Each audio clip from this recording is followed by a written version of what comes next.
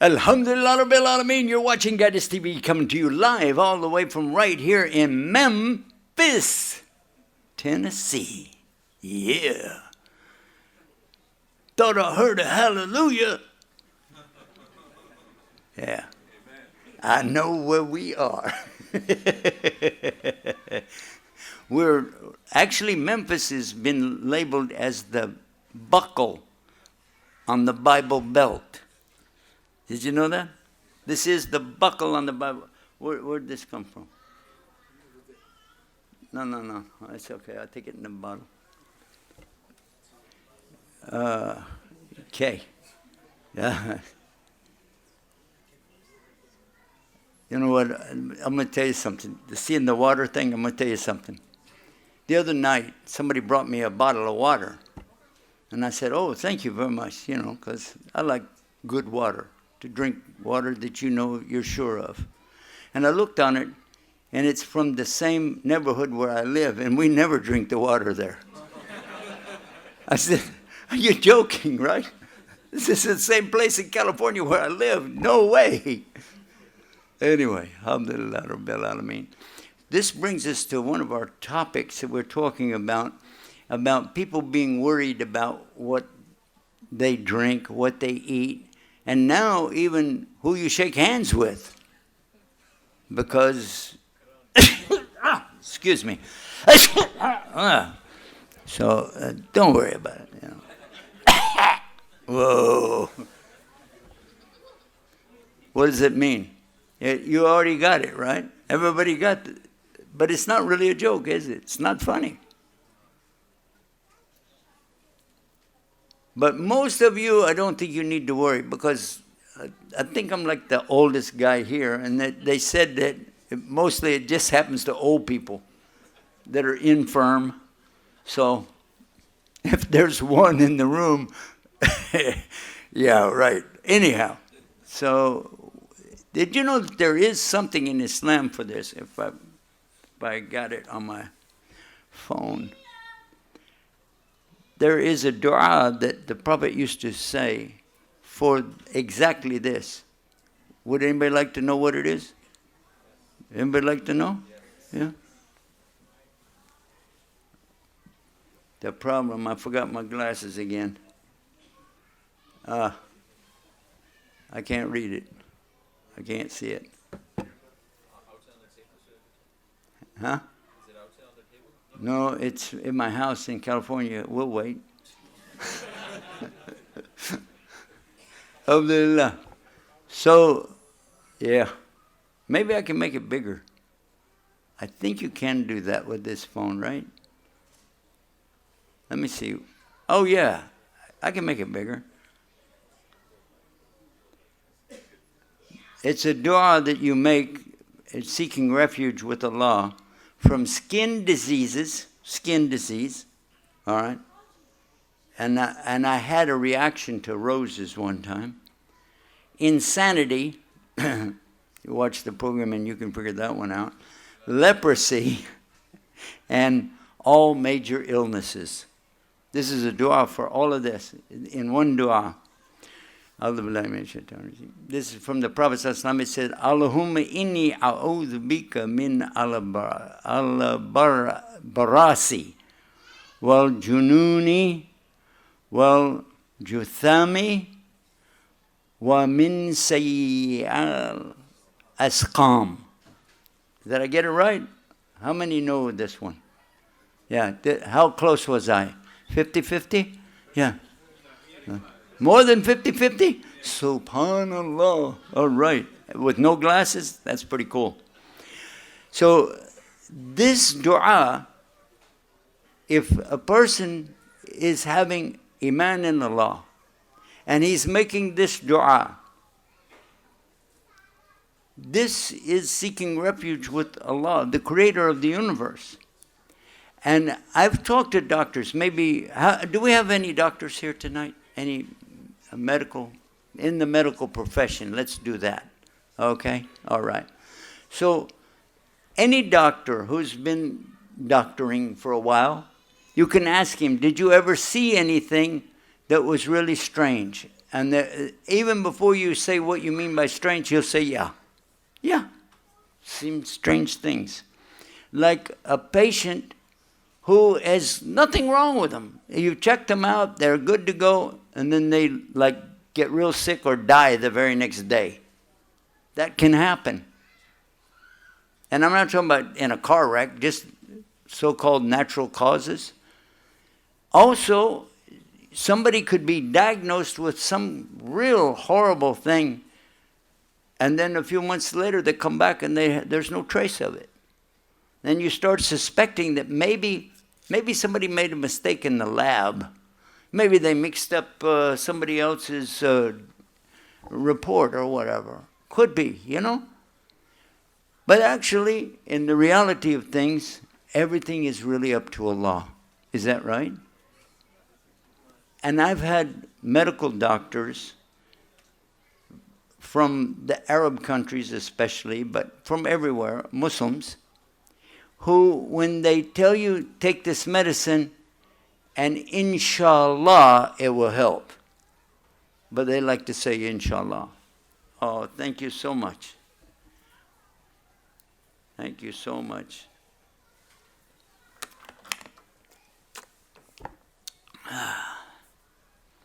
Yeah.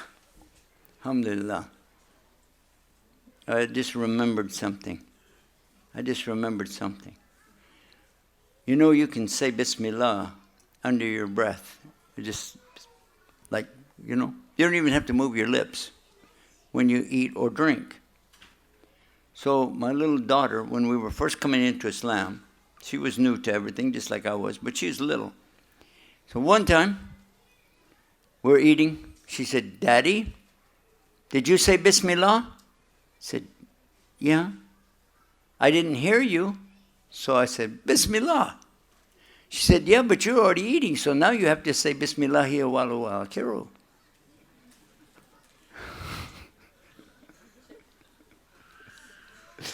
Okay, Bismillahi wa akiru.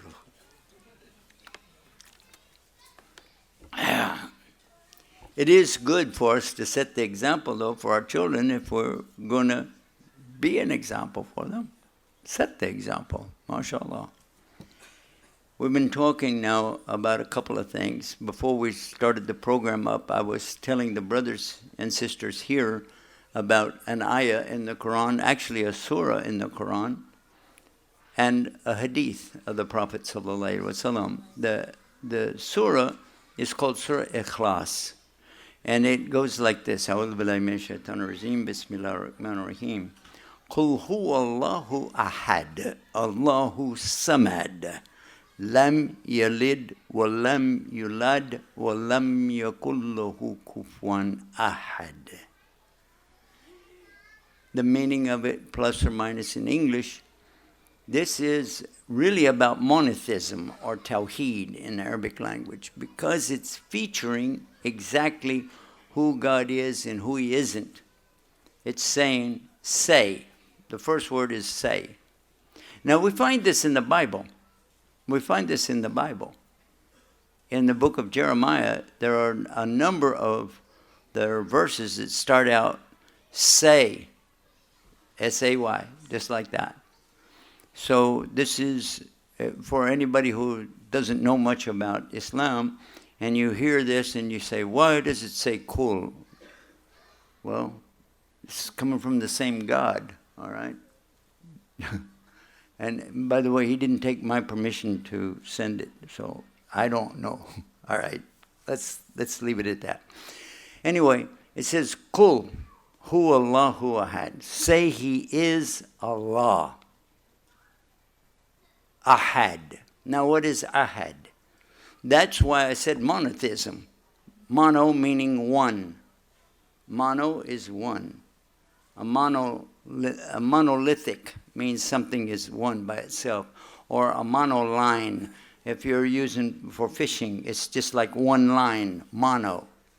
So this is the idea, mono. Ahad. In Arabic, when you're counting, the word for one is wahid. Wahid. Ithna, thalatha, arba, khams, like this. But when you come to this word, it's different, but it's from the same root. Ahad and wahid, that sounds alike, but you just reverse something. Wahid, ahad. What's the difference? Because no two is going to come after it. It means uniquely one. There's not anything else like it. So that sets a tone for what we're going to say. Qul hu Allahu ahad. Say He is Allah. He is uniquely one. Allahu samad. Then it goes on to say, and Allah is samad. What is samad? That's one of His names or attributes or characteristics. It's saying that He is independent of His creation. He doesn't need the creation, but the creation needs Him. He's totally independent of everything. He's not dependent on anything. That's one translation of it. Then it goes on to say, Qul hu Allahu ahad, Allahu samad, lam yalid. What is lam? Lam means no way. No way. Plain English, no way. Lam yalid. Not the father of anybody. Lam yulad. And not the son of anybody. وَلَمْ يَكُنْ لَهُ كُفُوًا أَحَدٌ. And there's nothing like Him at all. He is ahad. Back to that subject of monotheism. Is that cool? Now, for a Christian, they might want to argue with that. Because some Christians are saying Jesus is God. Jesus never said that. Not even in the translations of the Bible, it doesn't say that. But it does say very clear in the Bible, in the Old Testament, in the book of Numbers, chapter 23, verse 19. It says it real crystal clear. God is not a man. Wow. That He should sin. And God is not the Son of Man that He would need to repent. Humans sin. All humans make mistakes. But by the way, FYI, for your information, that's why Allah created us. He didn't create us to be angels. Did you think that you were supposed to come into this life and not make mistakes? Huh? I used to think that. I used to think I was a real bad person because I made mistakes. When I come to Islam, I found out, no, you're supposed to make mistakes. Don't do it on purpose. That's a different kind of mistake. But you're supposed to make mistakes. Allah didn't create you to be perfect. That's what angels are for. They are perfect. But they have no choice. Now this opens the door for something else. You have a choice in everything you do. You have free choice. But by the way, I have to stop right here and give you another message. You do not have free will. What? Yeah, that's a misunderstanding. And it's a misuse of the English language when you say somebody has free will. They use it all the time. All the time. You got people talking about, I want my free will. My free will. Free will. Will means that you can will something to happen. God does that. Allah does that. He willed for the universe to be in existence. He willed for there to be light. He willed for there to be a world. He willed for you to be born. That's His will. He can do that. Now, if you think you have will power, try it out. Let's find out if you do. Maybe you do. I don't know. Let's see. Everybody like Lamborghini? Is that okay? Can we go for Lamborghini? Is it all right? Maybe Bentley? Something like that. All right, so what I want you to do, just will that there's going to be a Lamborghini with my name on the license plate in the parking lot when we get done. Wait a minute. And a gas tank that never goes empty. Go ahead. We'll wait. Actually, one time I was in a prison and we were talking with somebody, a group actually, and one of them, he said, I don't believe in God. I am my own God. I said, really? He said, yes, I am God to me. I said, you mean you really can? He said, I have willpower. I said, oh, really? You can will yourself to do whatever you want to do? He said, yes. I said, okay, the rest of us in the prison right now, we're all curious to know why God wants to be in here. I mean, seriously.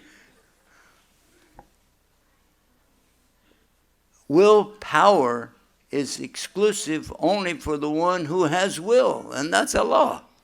What we do have is choice. You have choices all the time. You can choose to try to do something. Will you do it? Inshallah, maybe. Mumkin. Yeah? Is that true? Maybe you will do it. Maybe you won't. But that was your choice. Or niyyah, your intention.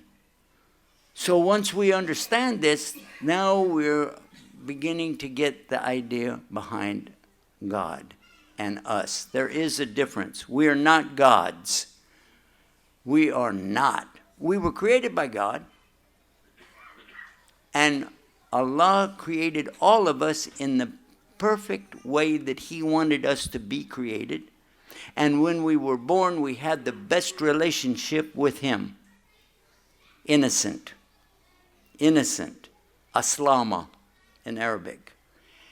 All of us were born on Aslama. That's what the Prophet, peace be upon him, taught us. All of us were born in that condition. But it's our parents who will raise us to come up to be Jews, Christians, Majusi, fire worshiper, or whatever we become. Is that right? Of course, the influence of what you grew up in the first 7 years is really big.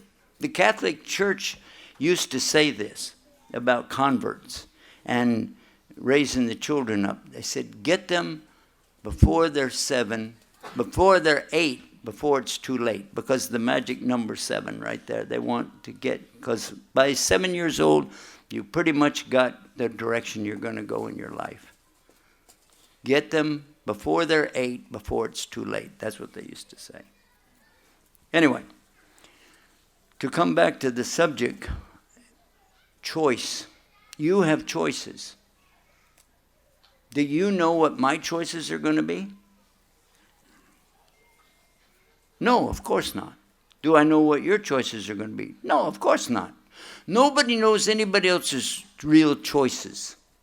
You can see what people do, but you don't know what their intention or their niyyah was. Is that true or false? But the one who created us, not only does He know all the choices you're going to make, He already knew the choices you would make before He created you. But He created all of us on an even playing field. All of us were created equal, in that we all have this one thing when we're starting out, Aslama. Now, I want to jump to another subject, and I think you can figure it out after you hear it.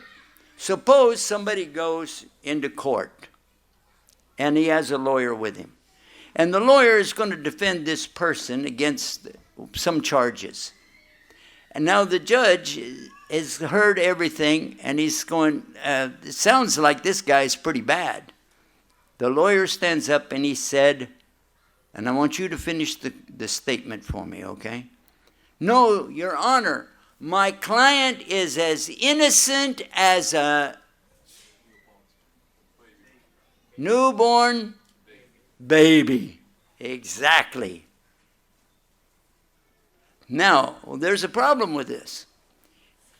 If you're a follower of the Old Testament, it says these babies are born in sin. But that's not what Islam teaches. No. No, babies are born innocent. You're born into a family maybe that's making sins, and then by the age 7, you're going to pick it up. Yep, that is exactly what we know. But the baby itself is born innocent. All right, now, why am I talking about this? Because this is where a lot of our brothers and sisters, Muslims, are going out of Islam on this. It's called the Qadr of Allah. Everybody knows what's Qadr? Put your hand up if you know what's Qadr of Allah. You got it? Qadr? Okay. Somebody doesn't know, put your hand up. You don't know what's Qadr? Okay. Qadr, it means that Allah has everything already designed, already worked out, and it's all going to happen according to His plan. There's nothing you can do to surprise Allah, because He already knows everything that's going to happen even before He created. There are many hadiths about this, but I'm going to skip over that for the benefit of the folks watching this at home. We're going to get to the point. Some people will say, well, if everything's already designed, that means no matter what I do, it was already prescribed for me. I have no option. I couldn't help it, right? No, it's not right. You always have the choice, yes or no? I said that. You got choice. You don't have will. Unless I'm seeing that Lamborghini in the parking lot with my license plate on it tonight, I know you don't have any will. And by the way, I don't mind eating my words if you can make it happen. Alhamdulillah. But just focus for a minute on something. We are not God.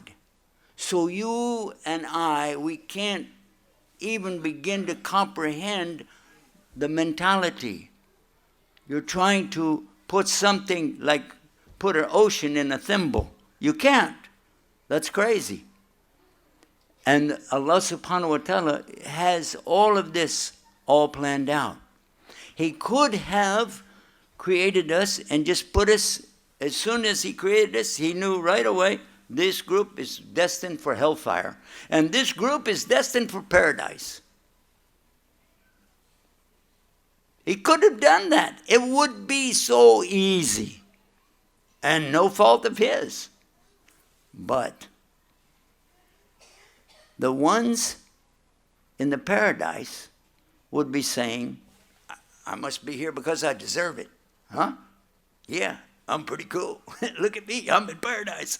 And the ones in the hellfire would be saying, what did I do? I didn't even get a chance. Now do you see? Now we go through this game, chessboard, or whatever it is that we're doing, called the Hayat Dunya, the life of this world. We go through this, and then when we die, oh, good news, good news. I have very good news. Everybody gets brought back. That's good news for an atheist, because they don't believe that. They'll be brought back. Everybody gets to be brought back. Yes, regardless of what religion you are, or lack of it. You'll be brought back. The bad news is, not everybody's going to Jannah. Not everybody goes to paradise. Is that right? Oops. Oops. Now we see the problem. So what your choices are now, Allah already knows. So how does it make it fair?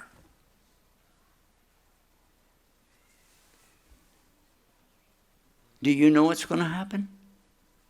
I don't. But He does. The reason it's fair is because you don't know. You make your choices. You do your best. Allah will do the rest. Simple as that.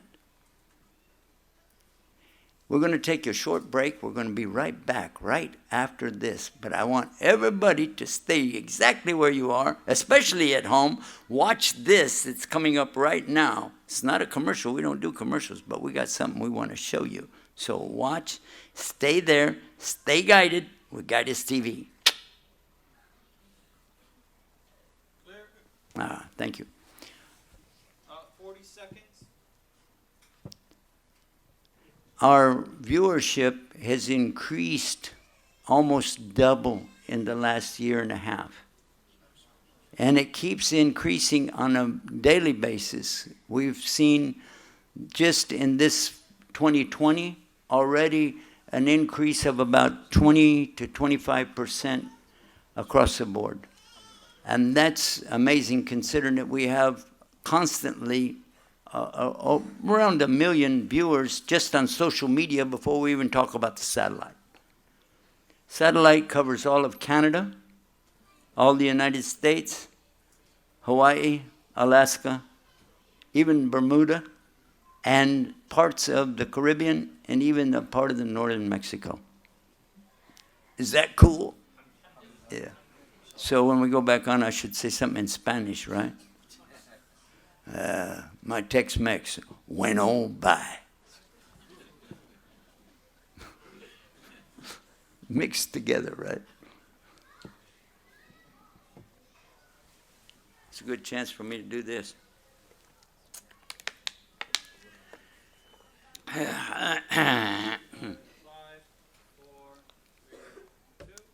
And we're back. We told you it would just be just a short time. I want to pick up exactly where we left off. We were talking about the qadr of Allah. We're talking about people's choices. We're talking about how it is that life is really fair. Sometimes people will say, that's not fair. You heard that? It's not fair. Life's not fair. Really? Really? Maybe the choices that you're making are not fair. Maybe the things that you're expecting are not fair. Maybe. Look at this. If Allah already knows everything that's going to happen, then why would we have to go through this? It isn't for Allah. Does Allah need us to do this?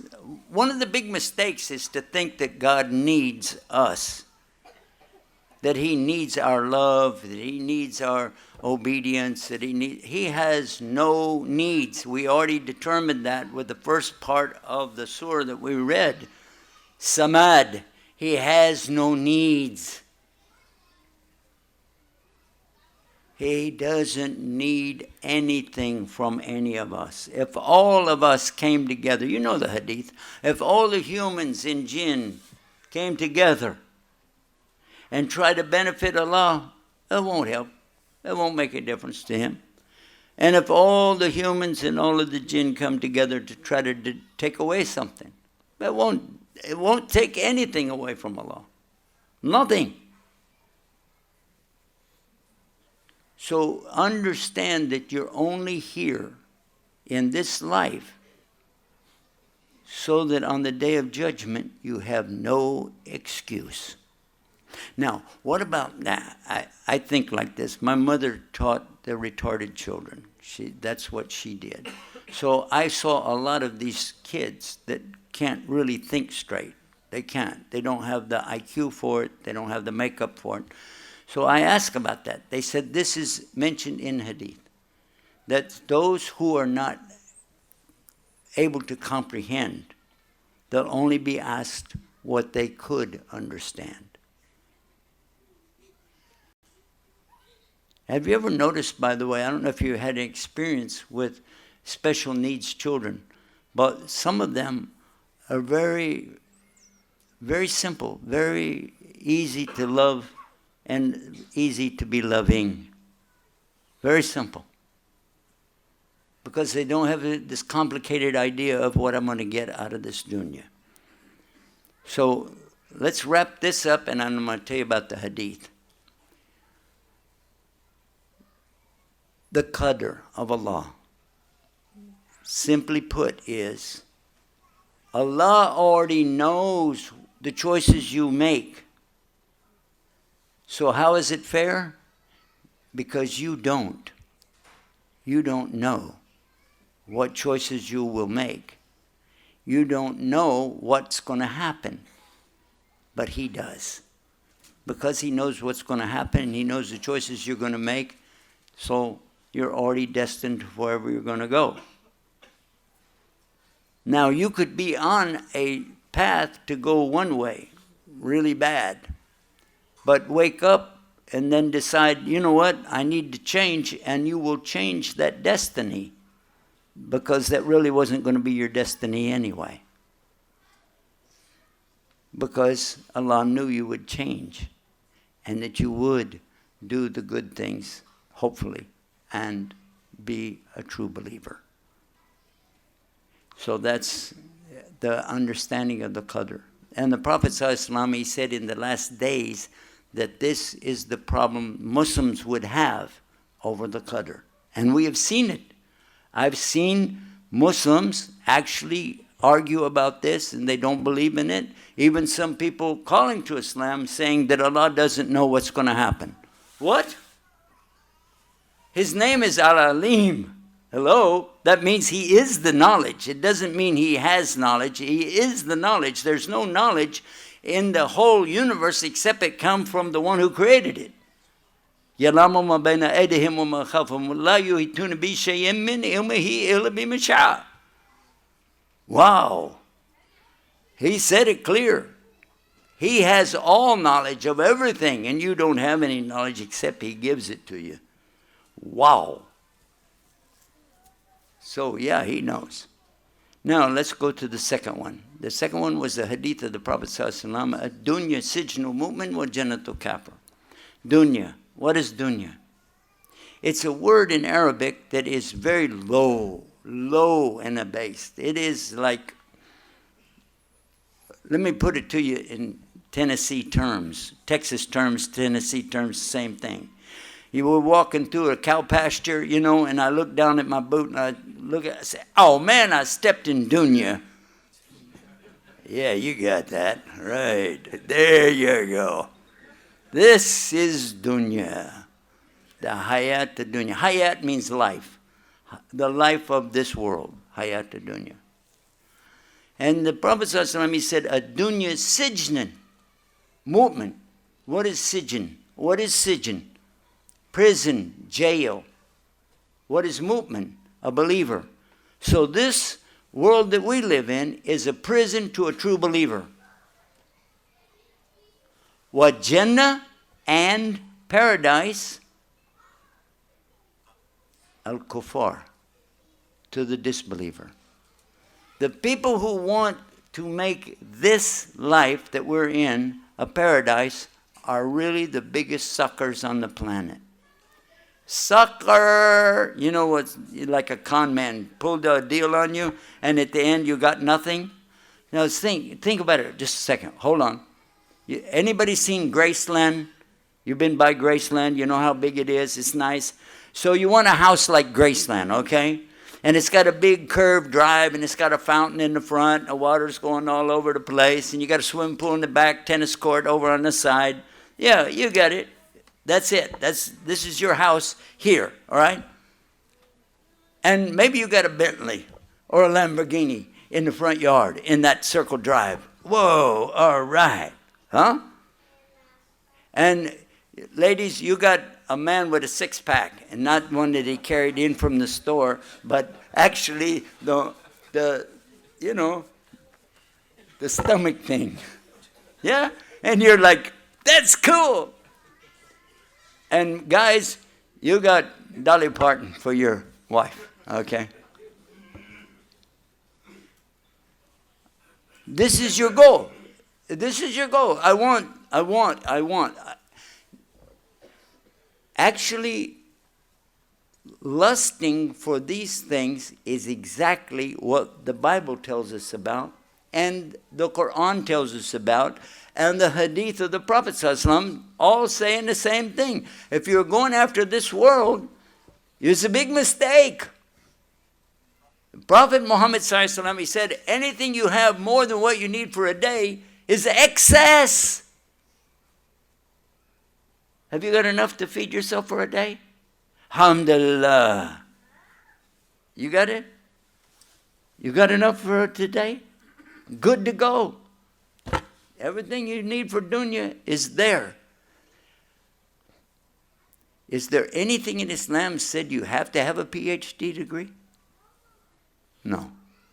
Is there anything in Islam that said you have to have a big marble house? No. In fact, when a person dies, how much of all of that are they going to take in the grave with them?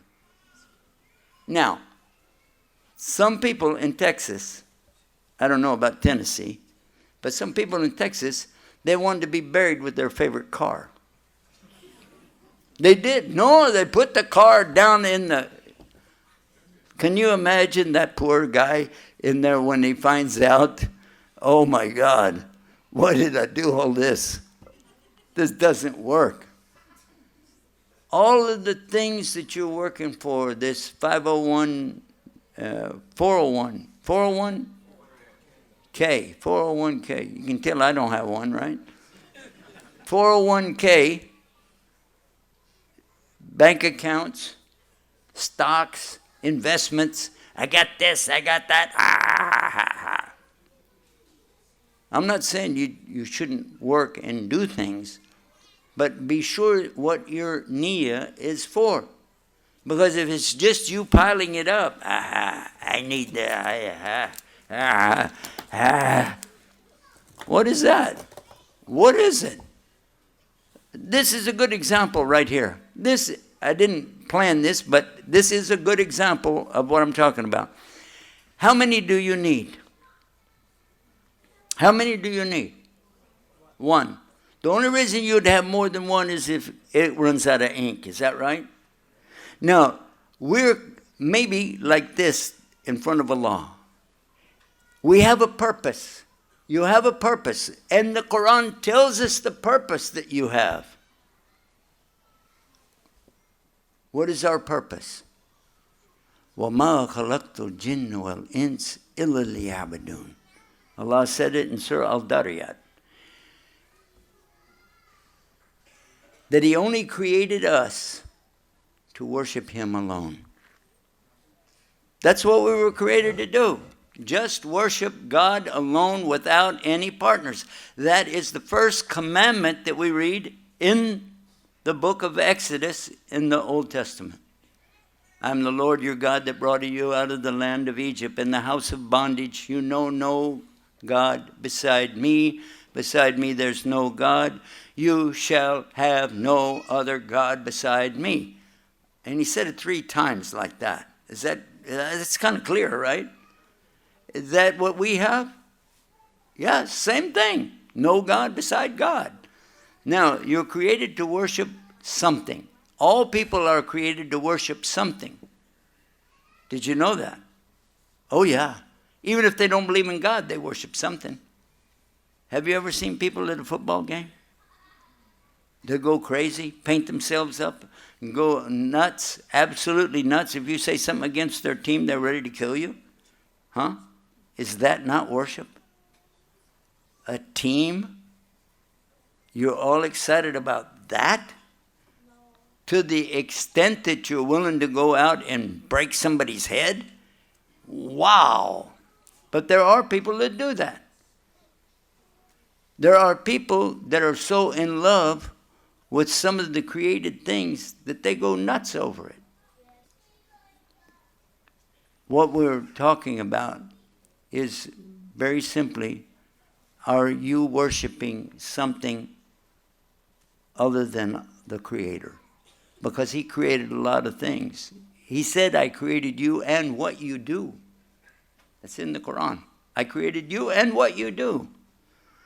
Now, if this pen ran out of ink, if this pen right here ran out of ink, what would you do?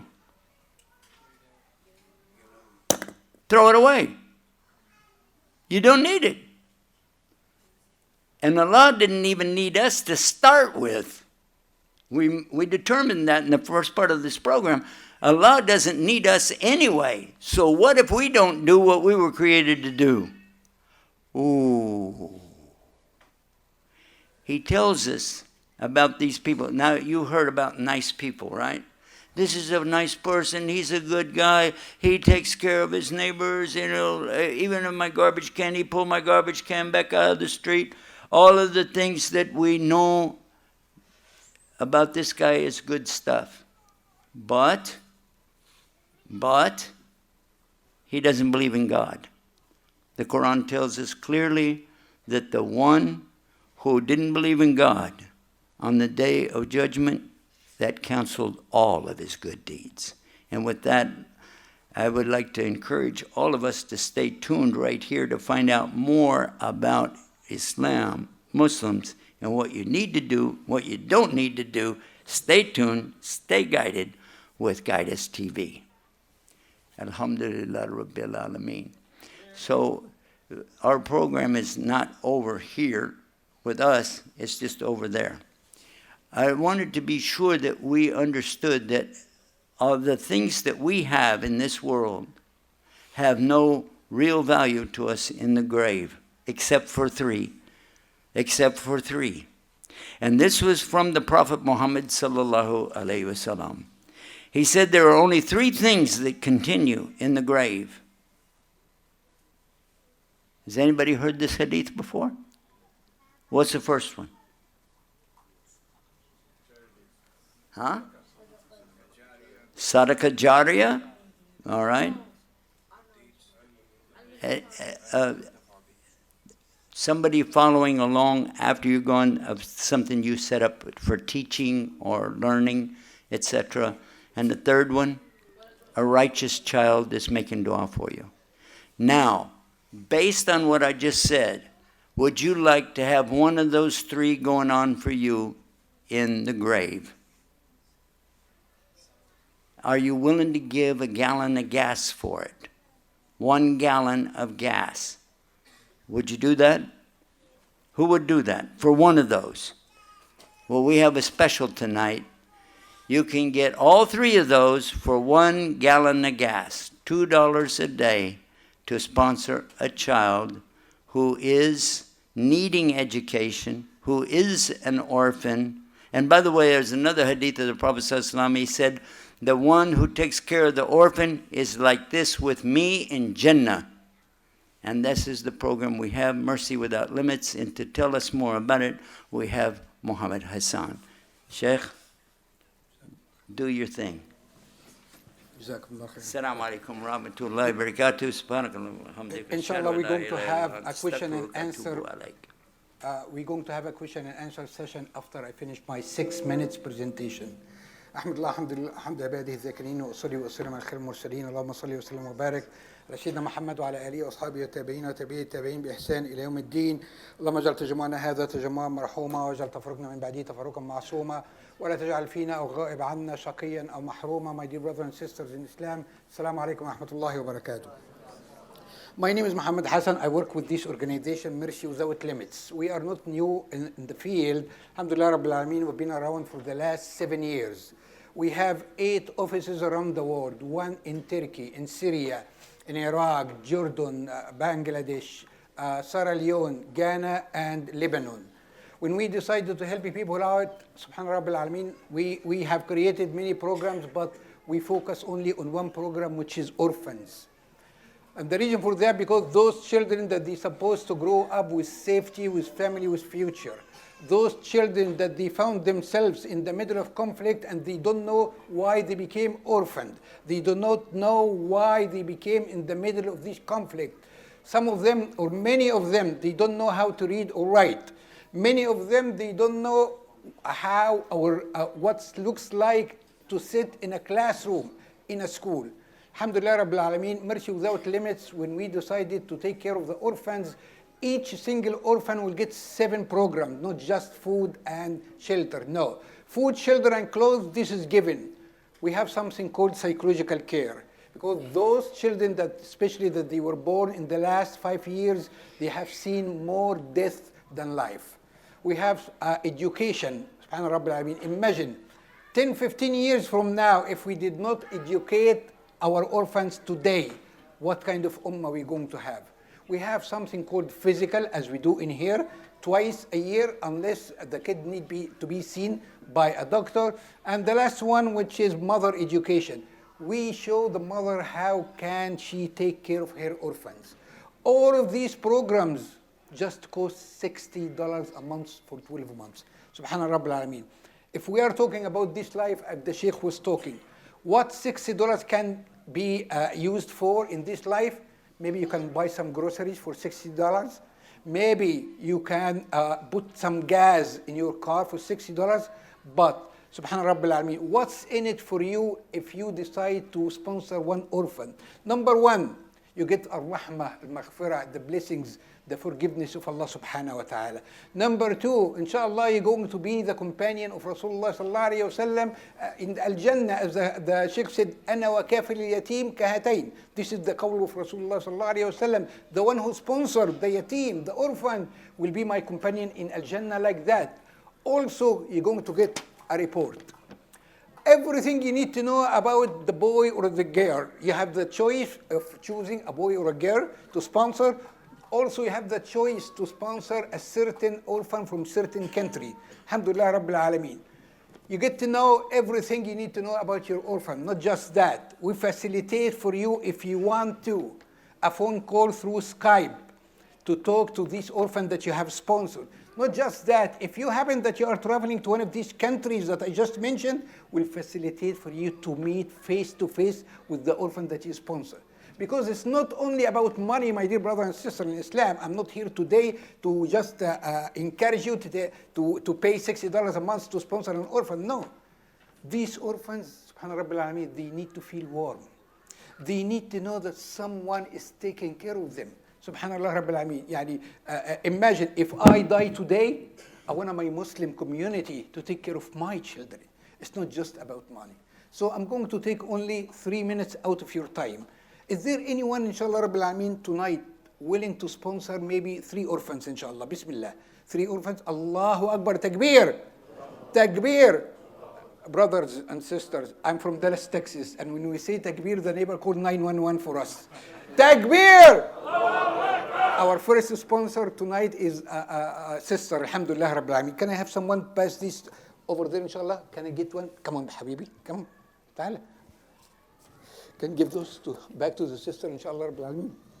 Okay, do we have the second one for 3, inshallah Rabbil Alameen? 3 orphans, bismillah. Barakallahu feekum, sheikhna. Barakallahu feekum. There is some pens too. Anyone, inshallah, for 3 orphans? Anyone? Bismillah. Type 2 orphans, inshallah Rabbil Alameen. 2 orphans, that's $120 a month. Allahu Akbar, takbir. We have number 1. 2 orphans, inshallah. Who's going to be the second, inshallah? Bismillah. The second, Allah. Are you raising your hand? Or are you dead? Bismillah. Anyone? 2 orphans, inshallah, tonight? Bismillah. Taib, khair, inshallah. I would like to see everyone to participate in them because those are our own Muslim orphans. Imagine, there are many entities, I would say, waiting for us to fail so they can sponsor our own Muslim kids, inshallah Rabbil Alameen.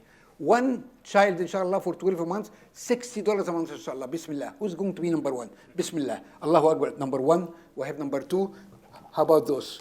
Here you go. I'll give you 1. I have some pens too, if you want pens. Here's number 2. Bismillah. Where's number 3? Inshallah. Bismillah. Bismillah. Anyone? $60. Allahu Akbar. In the back. In the back. Bismillah. Here you go. We have some pens, inshallah. If you don't want to raise your hand, that's fine, inshallah. But I'll give you some pens. But we need to encourage one another, inshallah. It's a good opportunity, bismillah. Bismillah. I have only 2 minutes left, ya akhwana. Bismillah. 2 minutes left, inshallah. Bismillah.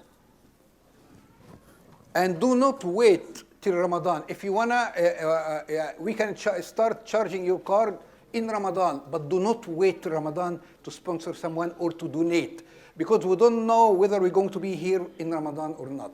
Or you know what? We don't know actually whether we're going to be here for tomorrow morning Fajr prayer or not. Let's grab this opportunity just right now, inshallah Rabbil Alameen. Fill out those pledge cards, inshallah. I'll be waiting here, inshallah Rabbil Alameen. 1 more minute, inshallah, to collect those. Bismillah. Anyone else? Raise your hand, ya akhi, so the brother can give you the pledge card. Bismillah. Anyone else? You want more of that? Here you go. Bismillah. Yeah, take some pens with you. Bismillah. Bismillah. Any from the sister? Any more from the sister, inshallah? Sister in the back, yes. She raised her hand, inshallah. Can you go back, inshallah? We have plenty of those. We have children from Lebanon. We have from, Subhan Rabbil Alameen, from Bangladesh. We have from Syria. We have. I'll circle these around. Yeah, inshallah Rabbil Alameen. So you can write down on it which country you wanted to sponsor a kid from, and write down whether it is a boy or a girl, inshallah Rabbil Alameen. 1 minute left, inshallah Rabbil Alameen. And if you have any question, I'll be here till the end of the program, inshallah Rabbil Alameen. We wanted to collect those right now. Bismillah. Are you done with those? Because I'm done. And we'll go back to the Sheikh, inshallah Rabbil Alameen. Anyone has a question? Yes. Well, No, it's not working. here, let me hit it real quick. Assalamu alaikum. Wow, mashallah. There's a blank. Blank. No problem. Jazakallah khairan. Really quick, before we have going back over here, inshallah ta'ala. Assalamu alaikum. Wa alaikum salam wa rahmatullahi wa barakatuh. I am the general manager of Guidewis TV, the only Islamic TV channel in America. Man, this mic is hot, mashallah. So, really quick, what I want to be able to deliver right here, right now, inshallah ta'ala, is there anybody here that would like to be like this with Nabi Muhammad sallallahu alaihi wasallam in Jannah? Anybody here? Raise your hands. You all better raise your hands, mashallah. Is there anybody here that knows someone? Maybe it's your mother, maybe it's your father, maybe it's your uncle, maybe it's your aunt, maybe it's your best friend. Is there anyone here that knows somebody that you would like for them to be like this with Nabi Muhammad sallallahu alaihi wasallam in Jannah? Y'all better raise your hands again. Everybody pull out your cell phones. We're going to give you a simple link that you can send it to someone, as well as to post onto your social media, that you can help to deliver this message, as well as to support our own orphan children. I want you to think of these kids as if they are your own children. Why? Because they are. They are.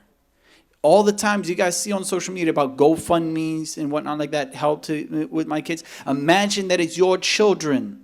But now, again, I want you to know that it is your children. These are just my kids, the same as they are your children. They are Muslims, they say, La ilaha illallah Muhammad Rasulullah. So again, pull out your cell phones. Pull out your cell phones. We're going to do something that's very simple, very innovative, bid'ah. It is a very good way in order, inshallah ta'ala, to share this. Pull out your cell phones. Make a text message. Pull out your cell phones. All of you, don't make me come back there. I see you, akhi. Pull out your cell phones. MashaAllah, he doesn't have a phone. Wahhabi, MashaAllah. So what you want to do is to make a text message. The phone number is 71777. The phone number again, 71777. You're going to send the message M as in mercy, WOL. MWOL. Mercy without limits. Send it to 71777. Phone number again, 71777. Send the word M as in mercy, MWOL. Okay? MWOL to 71777. Send that off. Who got the link back first? MashaAllah. Jazakallah khairan. Take and click on the link. Now, it may say that it's going to charge your phone. I promise you it will not charge your phone. Click on the link when it comes back to you. When you click on the link, look at the bottom. You're going to see right at the bottom there to where you can share it. You can put it on your Facebook. You can put it on your Twitter for the Arabs. And you can also take and send it in an email or in a text message. You can send it to your friends. You can send it to your family. Again, post it onto your social media at least. And you can share it off, inshallah ta'ala. Jazakumullah khairan. Wassalamu alaikum wa rahmatullahi wa barakatuh. Before we start, Assalamu alaikum wa rahmatullah. Before we start with the question and answers, I would like to first finish off what we were just talking about. I said that a gallon of gas, I'm assuming that you would pay $1 $2 for gas. Is that right? Per gallon, right? So 1 gallon of gas a day will be $60 a month. Is that right? So if you could spare 2 gallons of gas per day, you can handle 2 of these children. And if you can handle 3 gallons of gas per day, that you could spare that you would be willing to give that to literally save them from unbelievable difficulties, then you're helping 3 of these kids. He only went up to 3, but I'm telling you, if anybody can sponsor a whole oil well, that'd be great too. You can do that, all right? Muhammad Hassan has actually contacted us about this, and I had to check it out before I got involved because I don't like to put our name of Guidance TV with something that is, questionable.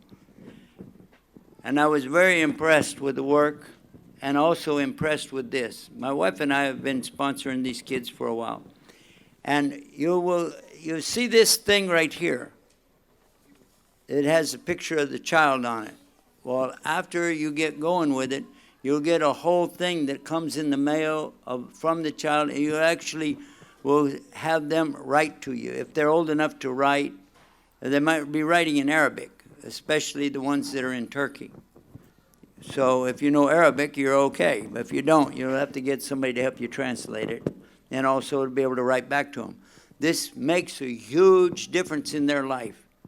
They're waiting like 2-3 months to get this letter from you, and when they get it, they go absolutely crazy. Their feet won't touch the ground. They're so excited.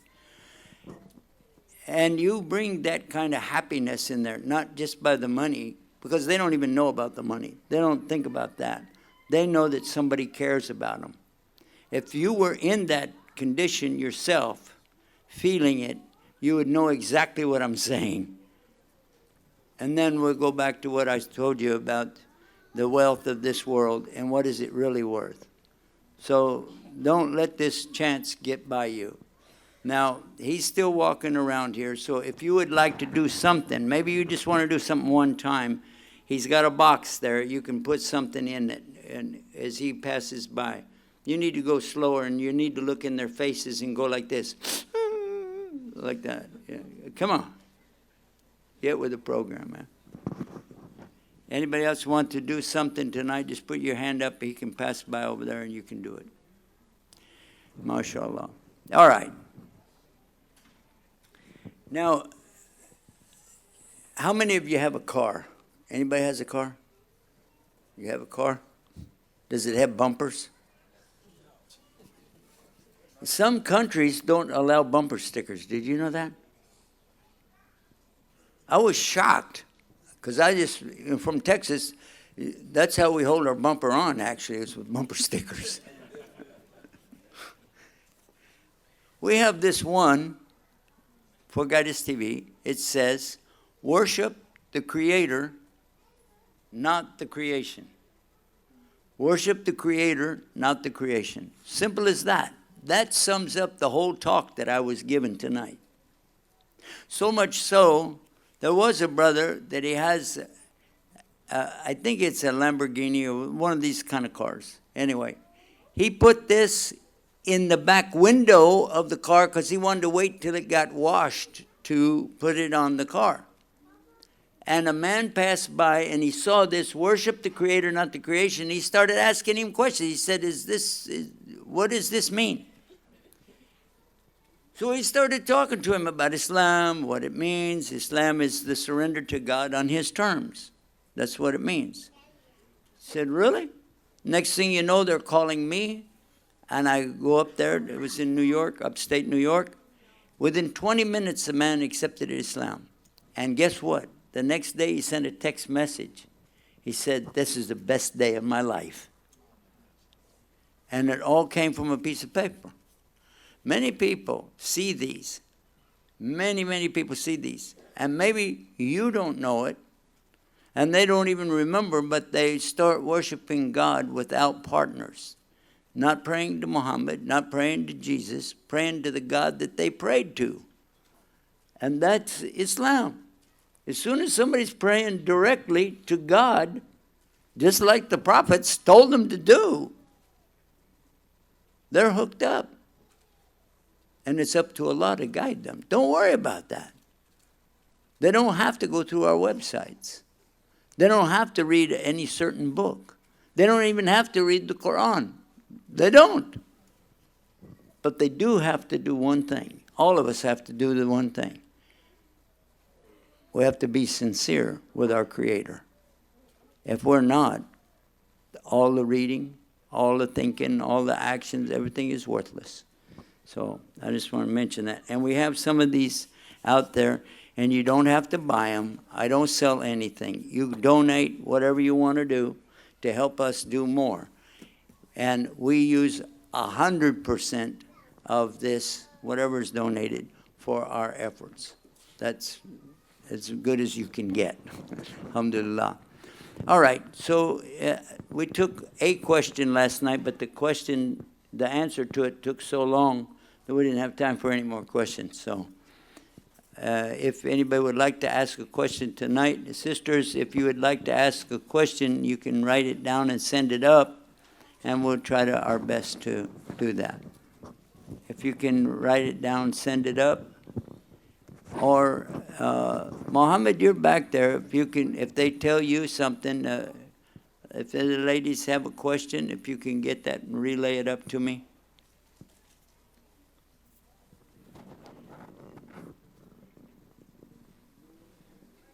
No questions? I was hoping nobody would have a question, then I'd get away free. In the last 10, 15 years or so, how would you say the approach that you take for giving Dawa, has that changed at all? If so, can you explain how that's changed? That's a good question. And one that I can't sneak around either.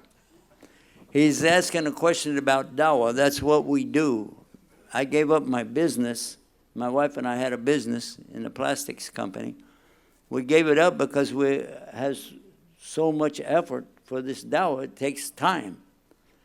And alhamdulillah, it was the best decision I ever made in my life. But now I'm responsible for everything, like 10 times more. When you ask a question about when we started the Dawa, is it changed any? There are certain things, obviously, that won't change. Like, for instance, it's still mandatory to try to give it. It's in the Salat tonight, the Imam Muhammad, he read the ayah in the Quran. He said, the translation of it, who is better than the one who is calling to Allah? And it's a rhetorical question, because anybody calling to Allah, calling to God, to worship God alone without partners, that's what it's all about. Has it changed? I don't think that Dawa has ever changed. I think since the time of Adam, Noah, Moses, all of them, they were calling their people. They're the same thing. However, I think I've changed a lot in the way I call. I started out watching these videos of Ahmed Didat, rahimahullah, and reading a translation of the Quran that had a lot of commentary in it. At the time, I didn't really know anything other than that about Islam. That and what I was learning from individuals at the masjid. But experience to see the people who come to Islam and then asking them, what was it that motivated you? Why did you do it? What was the thing that you saw that attracted you? And after listening to some of the responses, I realized This is not a contest. It's not salesmanship. You're not trying to sell used furniture. You're not selling a piece of property. You're not selling an investment. The reality is that you're just calling people to Allah. That's the reality. There are two factors. One, they go to Allah. The other, they go to shaitan, right? Is that basically it? You either go to paradise and be with Allah or go to hellfire and be with the devil. That's simple as that. So why would I want to debate somebody about anything that they believe? Because as soon as you start a debate, you automatically have put them in one corner and you're in another corner. And you drew a line like kids do in the play yard. You know, I draw a line, you step over that line and I'm going to hit you. And I step over the line, blah, blah, blah. That's a line there. And I'm going to say my side and you say your side and I say blah, blah, blah, blah. Maybe somebody would come to Islam from that. Maybe not. But how about this? When I first met the Muslim that helped me, I was trying to convert him to be a Christian. And I was trying to play that game, you know, salesmanship. But the first thing that wound up, we were sitting there together in a shop having tea. Not across from each other. He was sitting next to me. We were having tea. How do you like your tea? A little sugar, a little lemon, something like that? Not a debate. A friendship. At least companionship, somebody with you. And we're on the same side already. I want the guy to go to paradise, right? I really care about the person. So if I'm going to do this, and I really believe in God, Allah is the one going to guide him, not me. Is that true?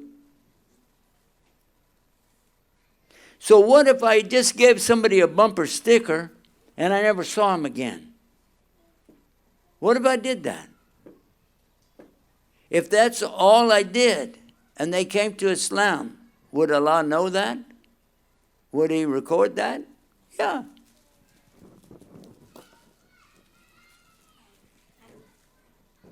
Is the sun too bright for you? The sunglasses. Why me my sunglasses? Ah, very good. Thank you. Yeah. You can leave that here if you want to. Huh? MashaAllah. All right. Anyway, the idea of the Dawa for me is not to try to put somebody away from Islam, to just let them understand what Islam really is. And how can you do that?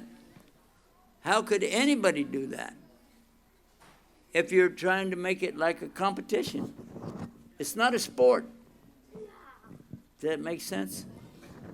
So any opportunity I get to sit and talk with somebody, and here's the key. Try not to say everything you know. Listen to them. Sometimes you'll hear something from the person and realize they're a lot closer than you thought they were. Or they got some ideas that are in line with Islam already. They are human after all. They came from the same God, so they probably do have a lot of stuff already in line. Just need to realign some things. Don't think that the Christians are far away from Islam. They're not. They are not. In fact, the Prophet ﷺ, Prophet Muhammad, peace be upon him, he said it. The closest to you, meaning the Muslims, are the Christians. But look what Allah said about that subject in the Quran. In the Quran, there's an ayah that a lot of people know the first half of, they don't know the second half. When I was a Christian, I did not like somebody to read half of a verse, then half of a verse from somewhere else, and another verse from somewhere else, and then try to tell me God said this, God said that. Yeah, if you put it together like that, if you want to pick and choose the words, just say whatever you want to say. Usually Muslims will recite the whole verse, but I don't know why this verse winds up being only half. And it's the verse that all the people in Dawa always use. أعوذ بالله من الشيطان الرجيم كنتم خير أمة أخرجت للناس تأمرون بالمعروف وتنهون عن المنكر وتؤمنون بالله. How many of you know the verse? You've heard it before. At least you've heard it.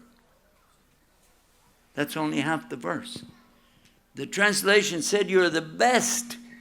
You are the best raised up for all of mankind because you call to Maruf, you forbid al-munkar, wa tu'minuna billah, and you believe in Allah." And I was questioning this part of the verse because everywhere else in the Quran, you always find aminu wa amilu salihat. You always find that the belief in God is first, then the actions of the muamala. But in this verse, it said, and you believe in Allah. And the scholars, they said, how are you translating maruf and munkar? I said, well, you're calling to good and forbidding evil. They said, no, that's not right. That is, generally speaking, but in this case, it's the ultimate calling to good. What's the ultimate call to the ultimate good? La ilaha illallah. You're calling to la ilaha illallah. You're calling to Allah. And you're forbidding what takes people away from Allah, and you believe in Allah. And if you didn't do that, how could you say you believe in Allah?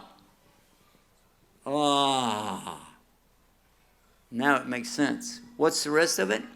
وَاللَّهُ وَمَنَا أَهْلُ الْكِتَابِ لَكَانَ خَيْرٌ لَهُم مِّنْهُمُ الْمُؤْمِنُونَ وَأَكْثَرُهُمْ فَاسِقُونَ. The people of the book. The people of the book. If the people of the book, the Bible, the Jews and the Christians, believed correctly, it's better for them. Minhum. From them, al-mu'minun, are true believers. From them are true believers. Wa aktaruhum fasiqun, but most of them are fasiq, fisk, corruptive, disobedient. I showed a translation of that to a pastor one time. Talked to him about it. He said, "You're talking about my congregation, aren't you?" He really thought that I'm talking like, yeah, I know they're like that. I said, this is in the Quran. He said, what? Yeah. So that is why I like to focus on finding what we have in common, how we can get together. Allah says in the Quran, I don't know why we keep getting this feedback here. Maybe if I put it over here, I don't know. Huh? Oh, okay. No, this shuts off like this. Yeah, it's off now. Yeah, is this better? Yeah. Man, that was hurting my ears. In the Quran, Allah subhanahu wa ta'ala, He says, and we hear this about every Friday, Jummah. We hear this. أعوذ بالله من الشيطان الرجيم يا أيها الذين آمنوا اتقوا الله حق تقاته ولا تموتون إلا وأنتم مسلمون. Everybody knows that one, right? Yeah? O you who believe, give Allah His haqq, His rights. By what? By having taqwa. What is taqwa? Anybody know what's taqwa in English? It means a shield, a partition, to put yourself behind a partition against Allah's ghadab, out of fear of what you know is going to happen on the Day of Judgment. That's the whole long story behind it. But they will say God-fearing or piousness or something like that, but it doesn't really get the meaning out. The word taqwa is shield, to put something between you and something else. That's taqwa. So that's Allah's right. You do that, and you'll be all right. And then he said, and don't die except as a Muslim. One who is in surrender, submission, obedience, sincerity, peace, security, and safety with Allah. All of those words out of Aslama, from Silm, Sin Lam Mim. You imagine? Anyway. But look what happens right after that. Allah is actually setting it up for the next verse, and nobody ever reads it. Almost nobody. وَاعْتَصِمُوا بِحَبْلِ اللَّهِ جَمِيعًا وَلَا تَفَرَّقُوا. Now I'm guilty of what I just said. I just only give you part of a verse, but it's enough to continue. And all of you, Jamia, hold on to the rope of Allah, Hibballah. Hold on to this rope of Allah together. And then he said, Wallah tafaraqu. What is faraq? What is faraq? Separate. Don't separate. Do Muslims separate themselves from each other? We're not supposed to. Are there different groups of so-called Muslims in the world? People call themselves Sunni Muslims. People call themselves Wahhabi Muslims, Shiite Muslims, Sufi Muslims. Yeah? Which one's best? That's a trick question. You know that, right? That's a big, big trick question. As soon as you say, well, the one that I'm in, that's Shaitan waiting for you. He's waiting for you. What was the big mistake of Shaitan? Did he kill somebody? No. Did he steal something? No. What was his big thing? He's going to hell forever. What was it? Arrogance. Exactly. Whoever has this kibr, that's a big problem. And how many times have I been around Muslim groups and they always tell me they're the best group. Join us. We're the Muslim Brotherhood or the Hamas and I'm not saying anything wrong with them, but just the idea, why do I have to join a group? I joined Islam, isn't that enough? Is it? According to one, what is it, the name of it? Halloween. Anybody heard of Halloween? Alawi? Huh? Alawi. Yeah. I call him Halloween.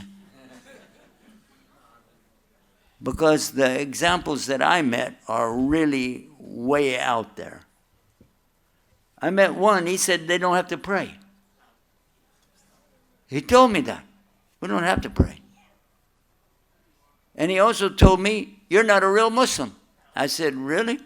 What did I do wrong?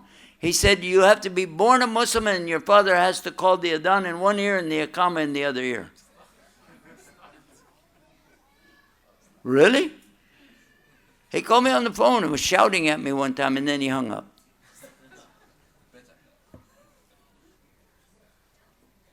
He was also waving a gun inside the masjid and they picked him up for that, but yeah. So, yeah, Halloween. So there are a lot of groups out there, but Allah told the believers, leave off that. just stay with the Muslims. Can I call myself a Muslim? Yeah, Allah called us Muslims. وَلَا تَمُوتُونَ إِلَّا وَأَنْتُمْ مُسْلِمُونَ. Allah calls us Muslims in the Quran. And He even said that. Wow. And He told us not to divide up into groups. He said it. So what group do you want to be in? I'm Hanafi. You're Shafi. I don't like you. What is that? I met a convert one time. He had only been in Islam 6 weeks. And I was old timer. I've been in Islam a whole year. Anyway. And when I walked in the door, I saw the guy. I said, hey, what's up? And he said, Assalamu alaikum. Wa alaikum salam. He said, no, you have to give it to me more. I said, okay, wa alaikum salam wa rahmatullahi wa barakatuh. 6 weeks, he did learn a lot. He said, what madhab are you? I said, well, yeah, I know what's a madhab. I said, actually, the madhab of the Rasul sallallahu alayhi wa sallam. He said, no, that's not good enough. I said, whoa, really? He said, no, you have to choose one. There are 4. Actually, there's a lot more than 4, but anyway, there's 4. You got to choose one. I said, really? Yeah, Hanafi, Maliki, Shafi, Hanbali. Choose one. Can I think about it? What is that?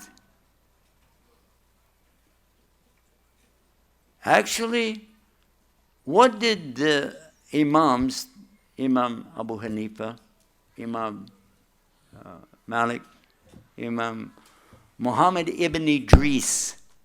Who is Imam Muhammad ibn Idris? Anybody know? Imam Shafi, yeah, that's his real name. Yeah. And if you don't even know his name, how you say you're following this guy? And you don't know anything he said, really. It was...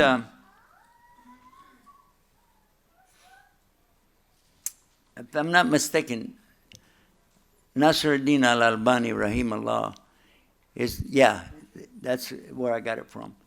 He gave us quotes from each one of these great imams. And they're so similar that you could just put it all together. Basically, they're saying if you find anything in Quran and Sunnah that is contrary to what I said, take what I said and throw it away. Basically. I make mistakes.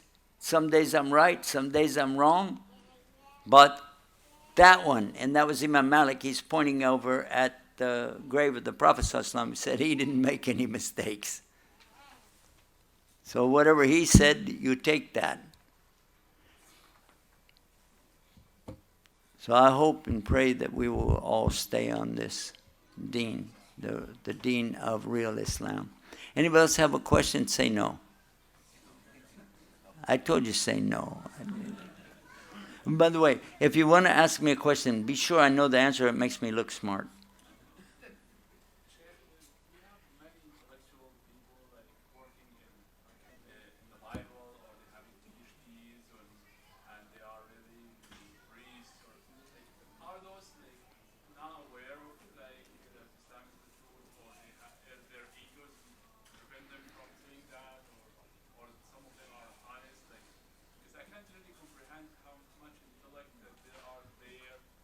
Our brother's asking the question about some people, they have a lot of intellect, they have a lot of knowledge, but at the same time, how much do they really know? Are they not aware of what is Islam or what is the Quran? Yeah, they have a PhD in the Bible, but do they know? And the question is so general that I have to say Allahu Alam.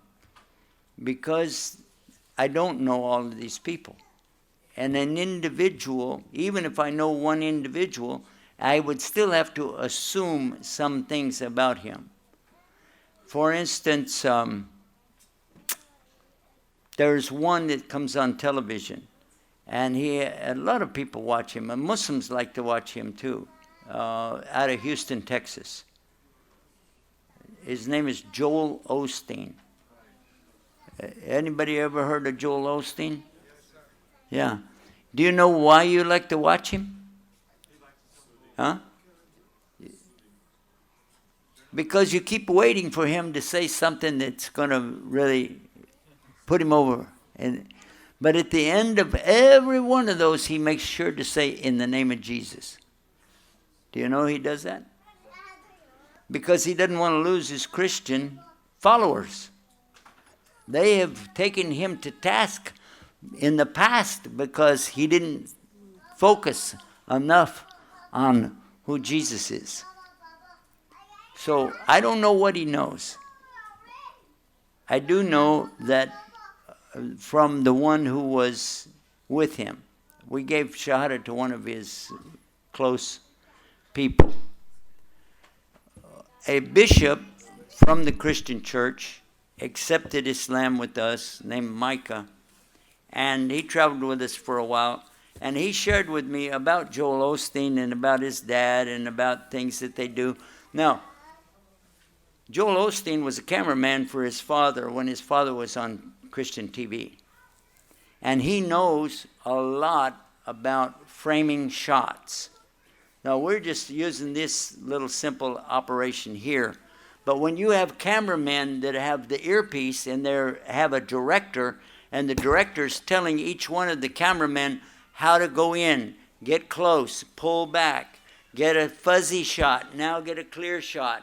All of the things that they're telling him to do, this is all scripted because they know exactly what he's going to say, where he's going to go. And he gives signals to them by walking over to this spot. They have marks on the stage. And when he stands here, you're supposed to have the camera like this. And when he walks over here and turns this way, that camera, and so on. All of that is staged. All of that is staged. And it really gets his point across. You can't help but watch his stuff. If you like good old boys, he's a good old boy. And he's telling about stories that happen in his life. So, does he know? I don't know. Is he aware of what this is about? I'm not sure. And there are others like that as well. There are some that have really thought that they were going to convert me back to Christianity. And then we sit together and talk for a little while. And then they just walk away or they accept Islam.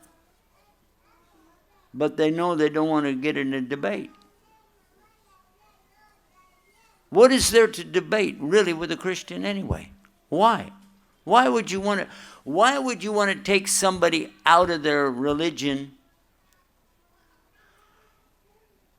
and expose them to the chance they become atheists? Because that's what you're doing.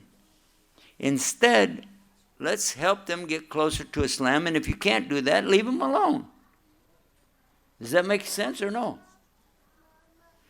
Either help them or get away from them, but don't expose them to some of the knowledge that you might have that could leave them without any hope. Because if you expose the fact that the Bible really is impossible to be from Allah, because they don't have it. They don't even know exactly where any of it is anymore. Not a scrap.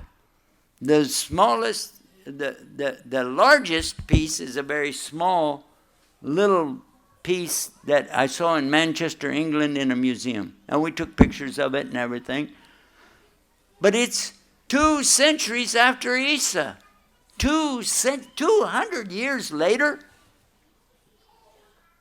That's when it was written 200 years later. That's as close as you can get. Now, they have manuscripts that refer to other manuscripts that are gone, but the bottom line, they've got 0 that they can actually point to and say this is this or this is that. The Hebrew of the Old Testament is very clearly gone. Very clearly gone. That's why when they discovered the Dag Hammadi scrolls in Wadi Qumran, they call them the Dead Sea Scrolls, but they're Wadi Qumran is where they found them. Anyway, those scrolls that they found, this is why the Catholic Church got involved and why the Yahudi got involved. This was found on Muslim property. This was in Jordan. Yeah, it's 10 o'clock. We got to roll out. Anyway, just to give you some idea, they were very, very concerned that they were going to find out something, and that's why they shut it down. Those scrolls were not permitted to be public access for 40 years. 40 years they went through and examined, and along the way, I'm sure if there was anything that compromised it, it gets pulled out. So we'll wrap it up with that. I don't know what's in anybody's mind. I don't know what they're thinking. People do have PhDs in the Bible. I know one particular Muslim from Egypt who is a PhD. He's a professor at the university in Bible manuscripts and in the Hebrew language, and he's a Muslim. So what's he thinking? I don't know. Alhamdulillah Rabbil Alameen. Let's make some dua, inshallah. Ask Allah subhanahu wa ta'ala to guide all of us, to keep us on the Sirat al-Mustaqim, to keep us and our families away from the trials, tribulations, and chaos of all of the things the shaitan is trying to stir up around us. Ameen. And help us to be real callers to the real deen. Ameen. Rabbana atina fi dunya hasan. Wa fil akhirati hasan wa qina adhaban nar. ربنا لا تزغ قلوبنا بعد إذ هديتنا وهب لنا من لدنك رحمة إنك أنت الوهاب اللهم صل على محمد وعلى آل محمد كما صليت على إبراهيم وعلى آل إبراهيم إنك حميد مجيد الحمد لله رب العالمين. And don't forget about that dua that you can make for sickness, illness, and diseases, etc. Jazakumullah khair.